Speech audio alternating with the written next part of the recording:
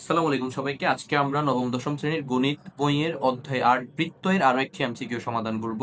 আজকের এমসিকিউটি হচ্ছে ৫ সেন্টিমিটার ও ৬ সেন্টিমিটার, এই যে একটু খেয়াল করো, ৫ সেন্টিমিটার ও ৬ সেন্টিমিটার ব্যাসার্ধ বিশিষ্ট দুইটি বৃত্ত পরস্পরকে বহিঃস্পর্শ করলে, বিষয়টা একটু বুঝো, প্রশ্নটা ভালো করে বুঝলে উত্তর তোমার জন্য একেবারে পানির মতো সহজ হয়ে যাবে। তাহলে আমি আবারও পড়ছি।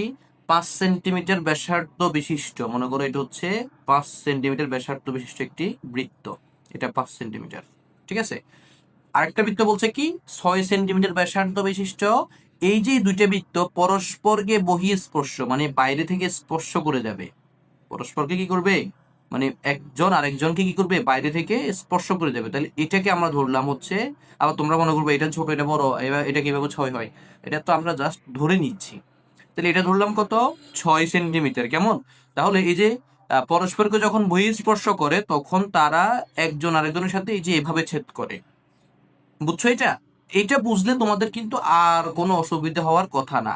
তাহলে হচ্ছে বলছে কি বৃত্তদ্বয়ের মধ্যবর্তী দূরত্ব কত, বৃত্তদ্বয়ের কি মধ্যবর্তী দূরত্ব কত। তো বৃত্তদ্বয়ের মধ্যবর্তী দূরত্ব আমরা ওই যে কেন্দ্র থেকে হিসেব করব, কি থেকে, কেন্দ্র থেকে হিসেব করব। তাহলে এই যে কেন্দ্রের হিসাবটা করলে হচ্ছে কত, ৫ আর ৬ যোগ করলে কত, ১১ সেন্টিমিটার। তাহলে বৃত্তদ্বয়ের মধ্যবর্তী দূরত্ব হবে ১১ সেন্টিমিটার। আশা করি তোমরা বুঝতে পারতেছো এটা, যে ৫ আর ৬ যোগ করলে ১১ সেন্টিমিটার, এটা হচ্ছে আমাদের বৃত্তের, মানে এই যে বৃত্ত দুইটার মধ্যবর্তী দূরত্ব, কেমন। তাহলে ১১ সেন্টিমিটার কোনটা, এই যে এটা।